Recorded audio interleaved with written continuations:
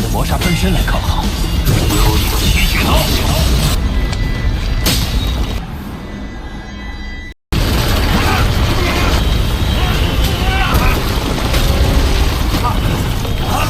就可以在暗中伺机逮捕介入，内奸便会放松警，遏制人族发展，无所不用其。罗峰，风被同伴踢下深渊，时去确认清楚，就休怪我拿你做。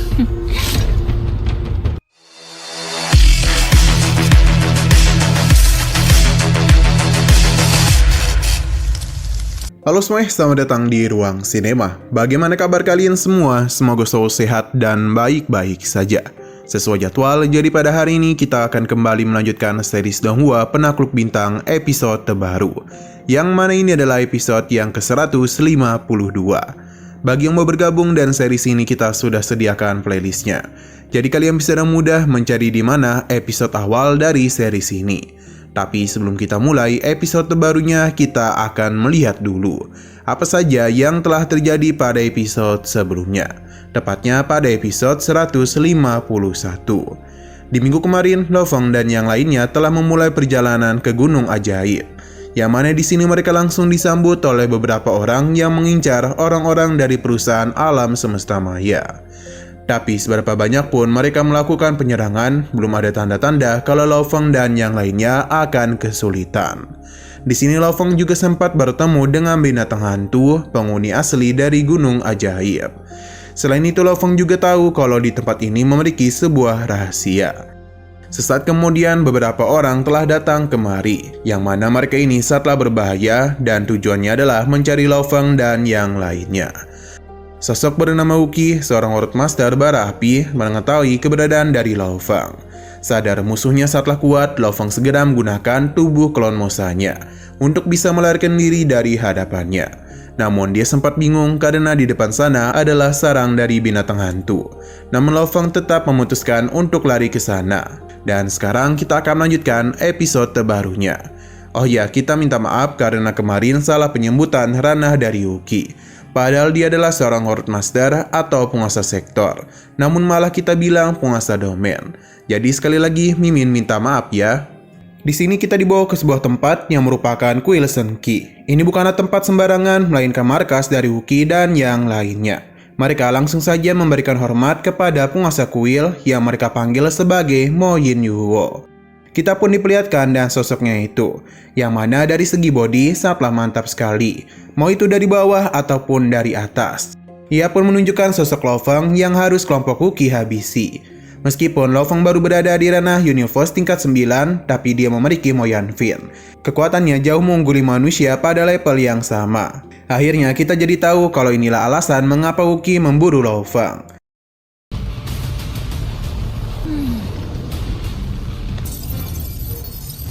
9级9阶的植物生命。 Kembali kepada Lo Feng yang tengah dikerumuni oleh para binatang hantu. Tapi dengan tubuh klamosanya, Lo Feng itu bisa berubah bentuk sama seperti mereka. Bahkan perilakunya juga sudah disamakan, yang membuat para binatang hantu itu penasaran siapakah ia. Lo Feng pun mencoba untuk berperilaku sama seperti mereka agar tidak dicurigai. Hingga akhirnya sosok binatang hantu besar pun muncul untuk melakukan pengecekan. Begitu pula dengan binatang hantu lainnya yang tengah mencium pantat dari Lo Feng.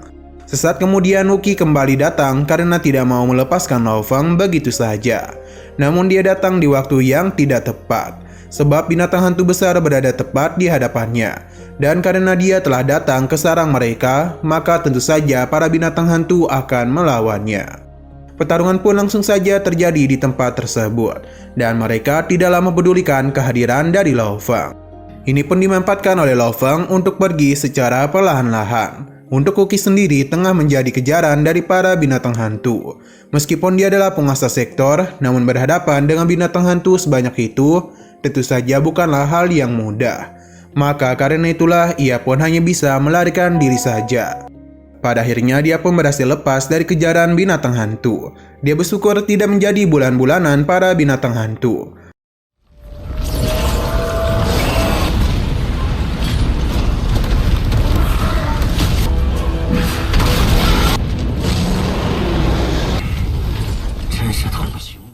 Kembali lagi ke kuil, yang mana Uki memberitahu tuannya kalau dirinya telah menemukan keberadaan dari Lao Feng. Namun dia itu telah masuk ke sarang binatang hantu. Jadi Uki berkeyakinan kalau ia sudah meninggoy. Mendengar apa yang dia katakan, Yin Yuho pun meminta Uki untuk memeriksa apakah Lao Feng itu benar-benar mati atau tidak. Tentu Uki kesulitan untuk membuktikan hal itu. Maka karena itulah Yin Yuho pun memintanya untuk membawa mayat Lao Feng kemari. Barulah dia bisa percaya dengan perkataannya. Pada akhirnya, Uki pun pergi dari hadapannya. Sepertinya kekuatan dari Yin Yuho ini tidaklah main-main. Sebab Uki berada di ranah Tuan Sektor saja, tapi kesulitan bernapas di hadapannya. Shino berpindah kepada Gaseli yang sedang melakukan perjalanan. Ia pun berhenti untuk melakukan pemeriksaan dengan kekuatan mentalnya. Namun sejauh ini ia tidak bisa merasakan apapun. Tapi entah mengapa Gaseli merasa ada yang sedang mengawasinya. Kembali lagi kepada Lao Feng yang masih berbentuk binatang hantu yang kecil. Ia pun melakukan perjalanan secara diam-diam agar keberadaannya tidaklah diketahui. Setelah berjalan cukup jauh, Lao Feng pun langsung saja berlari dan akhirnya keluar dari sarang binatang hantu.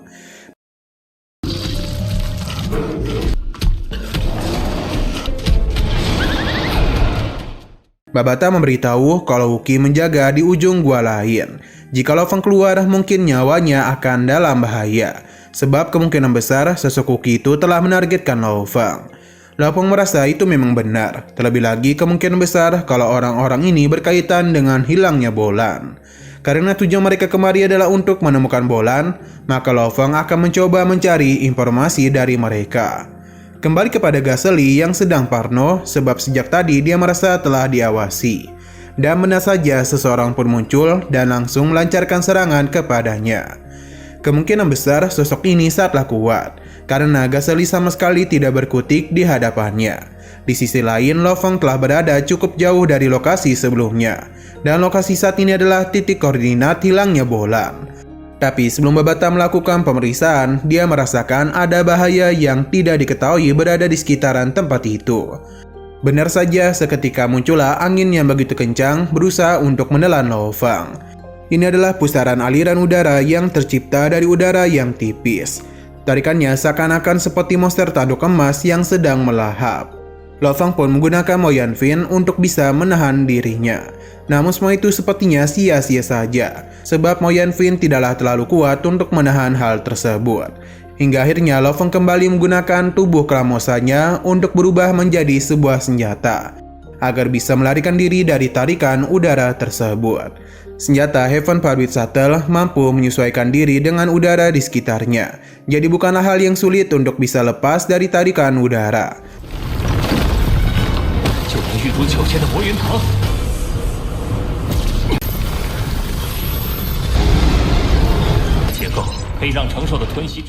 Babata menjelaskan kalau ini adalah tipikal jebakan maut di luar angkasa.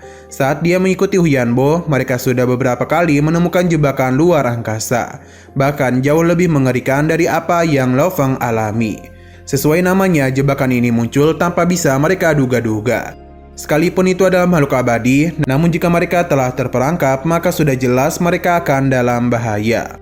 Lao Feng tidak menduga akan ada jebakan. Padahal area ini dikendalikan oleh perusahaan alam semesta.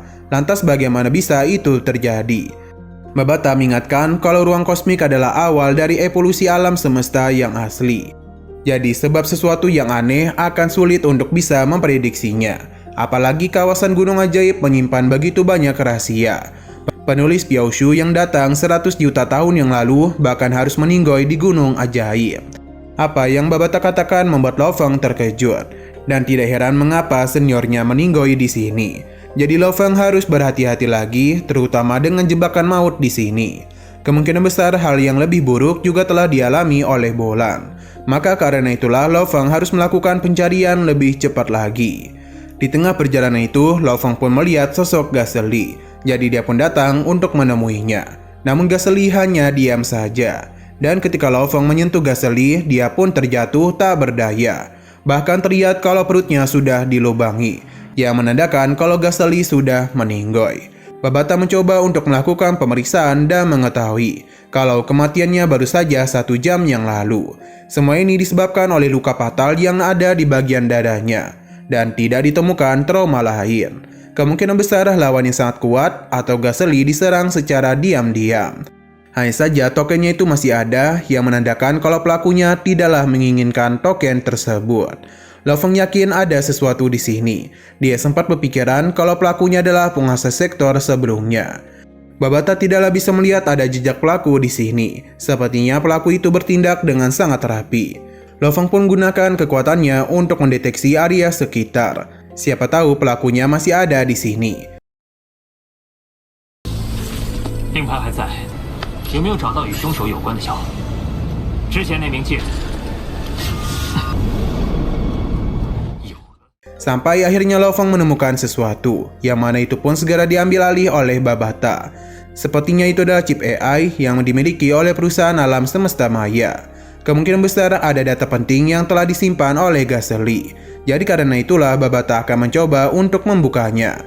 Tapi sayang sekali chip ini telah mengalami kerusakan lebih dari 50%. Jadi butuh beberapa waktu lagi bagi Babata untuk bisa memulihkan datanya.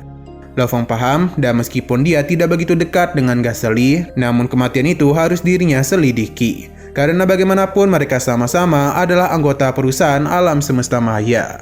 Di saat Babata dan Natuka sedang melakukan pemulihan data, mereka pun bisa merasakan ada sosok yang dengan cepat menuju ke arah Lo Feng. Jadi dia meminta Lo Feng untuk pergi ke arah sisi lain, karena di sana sangatlah aman. Alih-alih pergi, Lo Feng akan tetap di situ. Karena bisa saja orang ini adalah pelaku yang telah menghabisi Gasly. Jadi Lo Feng pun akan menghadapinya secara langsung. Sosok ini memberitahu kalau dia telah menghabisi begitu banyak orang yang berada di ranah universe tingkat 9. Dan sebaiknya target ini adalah orang yang dia cari-cari. Ternyata dia adalah anggota dari Uki, dan tentu saja Lo Feng adalah target yang harus dirinya habisi.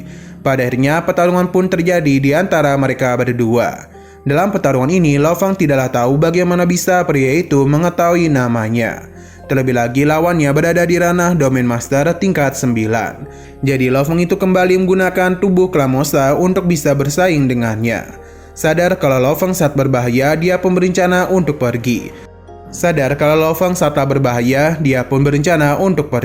Namun Lo Feng sudah terlebih dahulu melakukan penyerangan yang begitu cepat, yang membuat pria ini tidak bisa berkutik dan harus menerima semua serangan dari Lo Feng. Pada akhirnya dia pun menerima luka yang cukup parah. 同等级的魔煞分身来抗衡，幽灵七血刀。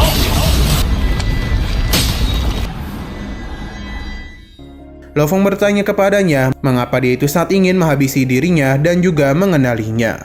Namun pria itu tidaklah menjawab dan langsung saja melancarkan serangan kepada Lo Feng.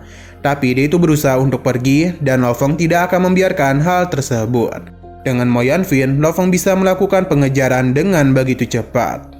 Dia pun berusaha untuk mengepungnya, namun pria ini tidak tinggal diam saja dan mengeluarkan meriam laser, yang membuat Babata menjadi begitu panik. Dengan meriam laser itu, maka sudah terlambat bagi Lo Feng untuk bisa melarikan diri. Sebab serangan ini sangatlah cepat, bahkan untuk berganti tubuh saja itu tidaklah cukup. Lo Feng sudah kehabisan ide, jadi serangan ini langsung saja tertuju kepadanya. Akan tetapi kita masih belum tahu hasilnya, sebab kita dibawa kepada Yinuho, yang memberitahu kalau Uki dan kedua master lainnya bisa menghabisi diri Lo Feng dengan mudah. Namun 3 lainnya mungkin akan dihabisi oleh Lo Feng. Tapi ketiga pria ini berjanji tidak akan mengecewakannya. Untuk berjaga-jaga, Yinuho pun memberikan meriam laser tingkat 19. Senjata ini hanya butuh waktu 0,1 detik untuk bisa mengisi daya. Meriam ini bukanlah senjata sembarangan, bahkan Uki saja menjadi ketakutan ketika ditembak. Sebab meriam laser itu mampu menghabisi seseorang di ranah penguasa sektor tingkat 9. Jadi Yinuho pun memberikan ketiga meriam laser ini kepada masing-masing dari ketiga pria itu. Karena ranah mereka masihlah berada di Domain Master. Jadi tidaklah mungkin Lo Feng bisa menduga semua ini. Dan begitulah mereka bisa menghabisi Lo Feng dengan mudah.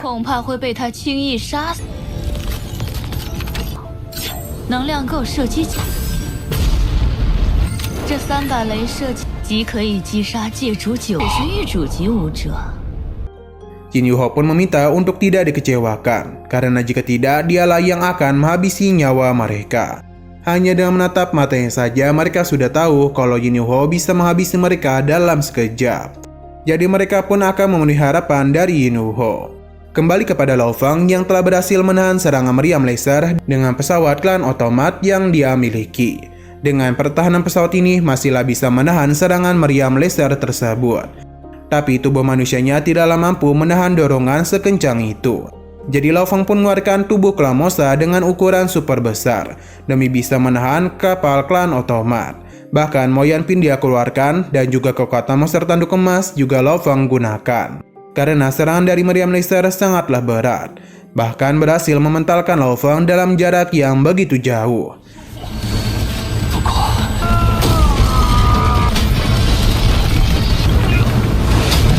Masih di Gunung Ajaib, yang mana pria ini menembakkan meriam laser dengan keyakinan kalau Lo Fang akan meninggoy. Serangan itu memang benar membuat Lo Fang terkejut. Akan tetapi bukan berarti Lo Fang akan meninggoy di sini. Sebab serangan itu masihlah mampu dirinya tahan dengan kapal klan otomat. Tapi pria itu tidaklah takut akan hal tersebut dan meyakini kalau Lo Fang pasti telah menjadi abu. Oh ya, pria ini bernama Palu. Tapi kesombongan itu langsung saja dibungkam sebab Lo Fang dan mudah mencopot lengannya dan juga mengikat Palu dengan Mo Yanping. Lo Fang pun menunjukkan dirinya yang telah kelelahan akibat menahan serangan meriam laser barusan. Ini pun membuat Palu tidak percaya karena bagaimana mungkin Lo Fang masih bisa bernapas.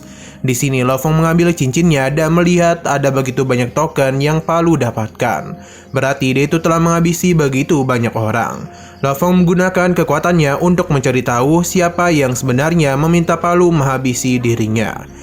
Dengan kekuatan jiwanya, Lo Fang pun dah mudah mencari tahu informasi yang Palu miliki. Bahkan dia juga tahu kalau pria ini adalah anggota dari Wookiee. Lo Fang terus menjelajahi ingatan dari Palu hingga akhirnya dia pun melihat sosok dari Fo Yu. Tapi Palu berusaha untuk melawan dengan cara menghancurkan dirinya sendiri.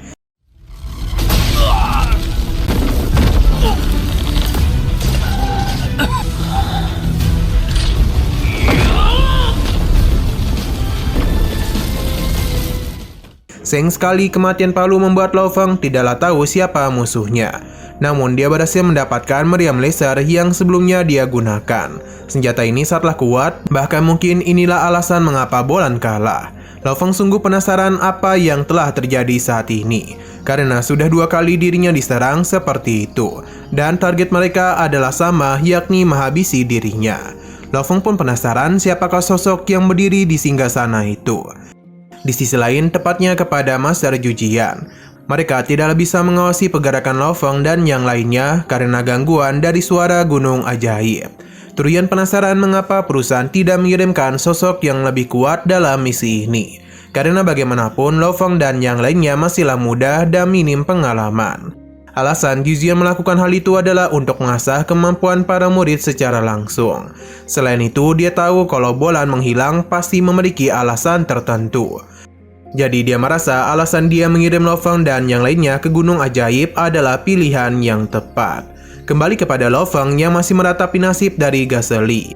Hingga sesaat kemudian, Bolu pun datang dan menuduh Lo Fang adalah pelaku yang menghabisi Gasely. Tapi Lo Fang tidaklah membenarkan hal tersebut dan mencoba untuk menjelaskan. Namun Bolu sudah terlanjur tidak percaya dan akan menghubungi yang lain.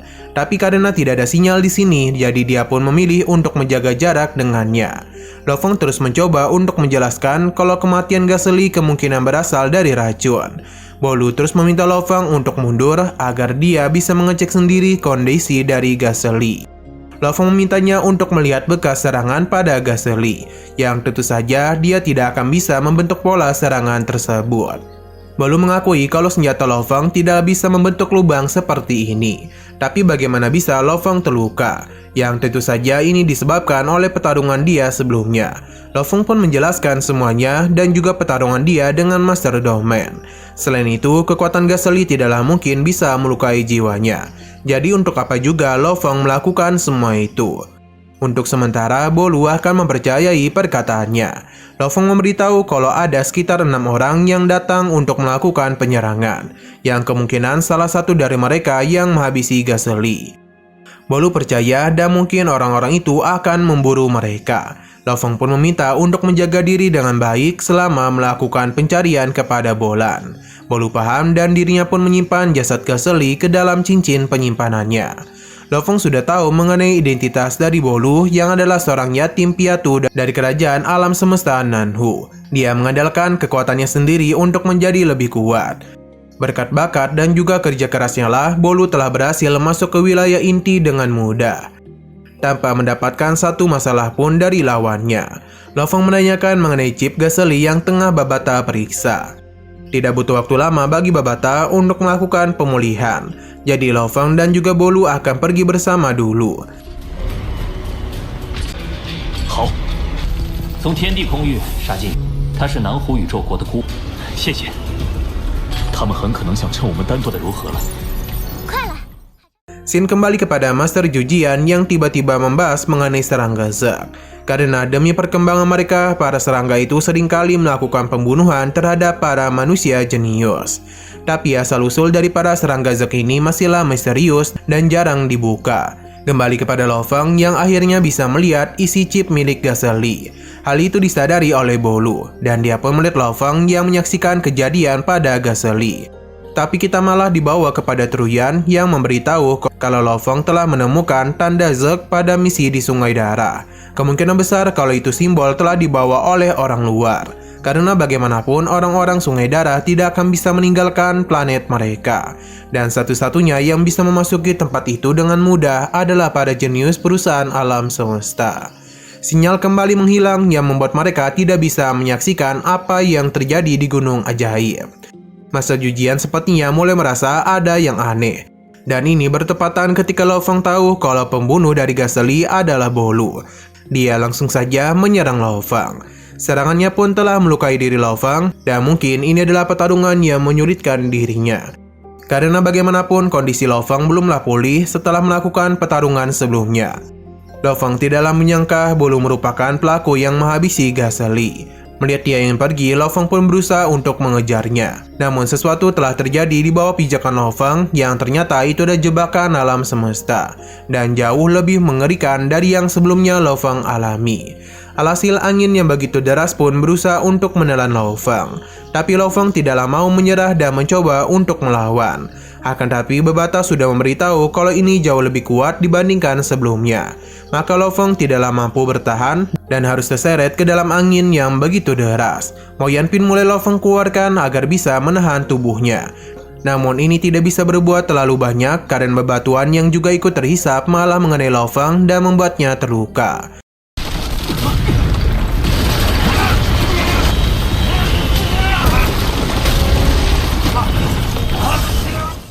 Bolu sangat senang bisa membawa Lo Feng kemari, karena dia tahu kalau jebakan alam semesta akan terbuka setiap 6 jam sekali. Jadi tidaklah mungkin bagi Lo Feng bisa melarikan diri. Bolu sungguh senang karena bisa menjebak sosok kuat sepertinya. Lo Feng pun memberikan perlawanan, namun Bolu masihlah mampu menghindari Mo Yanpin dan mencoba untuk terus melarikan diri. Sedangkan Mo Yanpin dengan begitu cepat melakukan pengejaran kepadanya, dan pada akhirnya Bolu pun berhasil tertangkap. Tapi sebelum Lo Feng menghabisinya, ilusi kuat dari jebakan ini pun mulai menghantui pikirannya. Ia melawan dan menggunakan kekuatan monster tanduk emas. Hal itu sepertinya berhasil, tapi sayang sekali dia tidaklah sempat untuk menghabisi Bolu. Karena Lo Feng sudah keburu tertelan oleh ilusi dari tempat itu. Alhasil Lo Feng pun jatuh tak berdaya, sedangkan nyawa Bolu masihlah selamat. Dan dia akan memanfaatkan kesempatan ini untuk mengkambing hitamkan Lo Feng. Terlebih lagi dia itu memiliki rekaman penyerangan Lo Feng kepadanya, dan itu akan membuat tuduhannya memiliki bukti. Alasan Bolu melakukan hal tersebut agar para pesaingnya di pertempuran kualifikasi nanti akan sedikit. Perlu diingat kalau Lo Feng ini telah kehilangan kesadarannya, jadi Babata pun keluar untuk memberikan bantuan agar dia bisa sadarkan diri. Secara perlahan namun pasti, Lo Feng pun mulai melihat Babata. Namun Lo Feng masihlah tenggelam di dalam ilusinya yang membuat dia sulit untuk bangun dari mimpi indahnya. Sesaat kemudian jebakan ini pun mulai tertutup yang membuat Lo Feng harus terjebak di dalam sana. Di sisi lain, Master Jujian dan yang lainnya sedang mencari cara agar memancing pengkhianat itu keluar. Sebab mereka sudah tahu kalau di antara para murid sepertinya ada bagian dari serangga Zerg.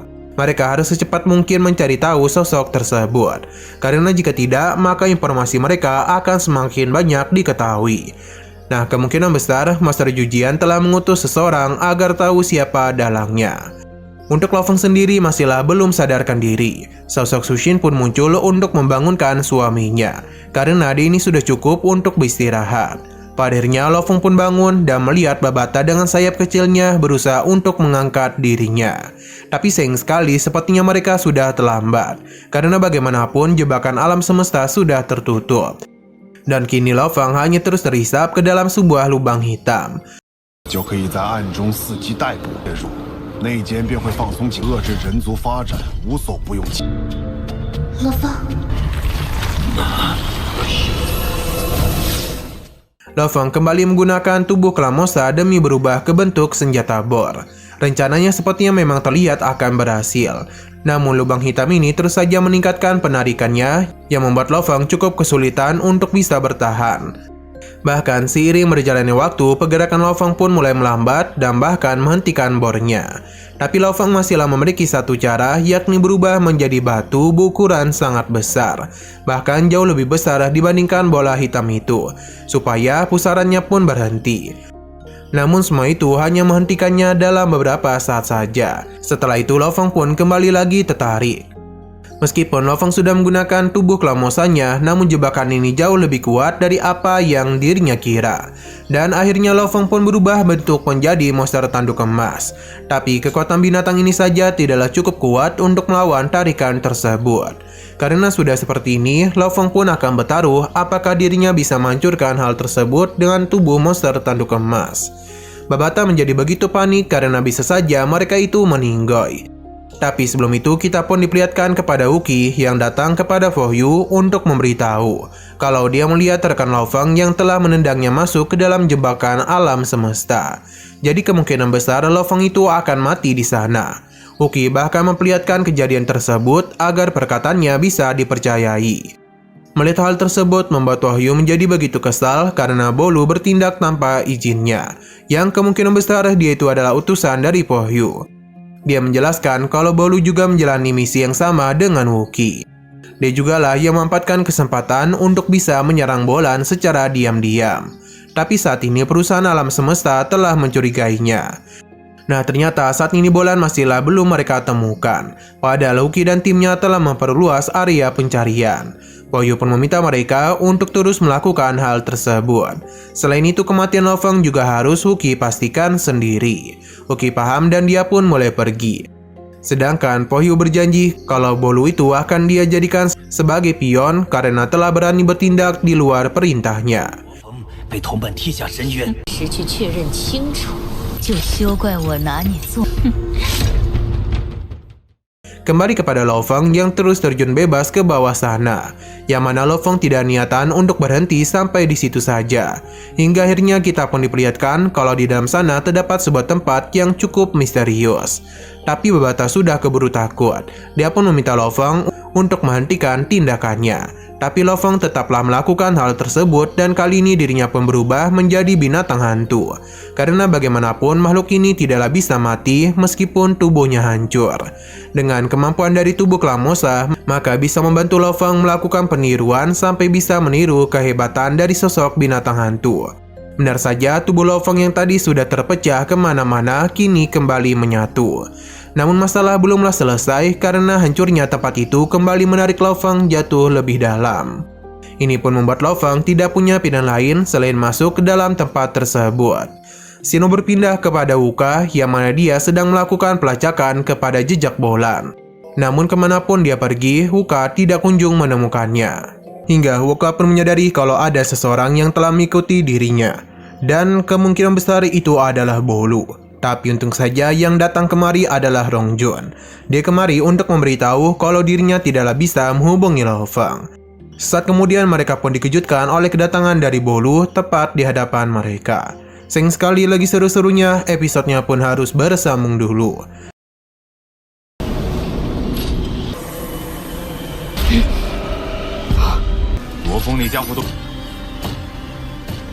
Tapi sebelum kita akhiri, seperti biasa kita akan melihat preview bagian selanjutnya. Yang mana Lo Fong penasaran di manakah mereka sekarang. Namun Babata tidaklah tahu. Entah ada apa yang ada di sini sebab Lo Fong hanya melihat tangga yang begitu tinggi saja. Sedangkan Bolu sepertinya telah memulai rencananya dengan memberikan tuduhan kepada Lo Fong yang adalah pelaku yang menghabisi Gaseli. Ini pun membuat para master kebingungan mengenai apa yang telah terjadi.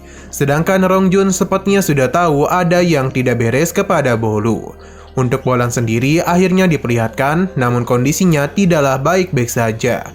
Dan kemungkinan Bolu sudah tahu di mana dia dan langsung saja melancarkan serangan kepada Bolan.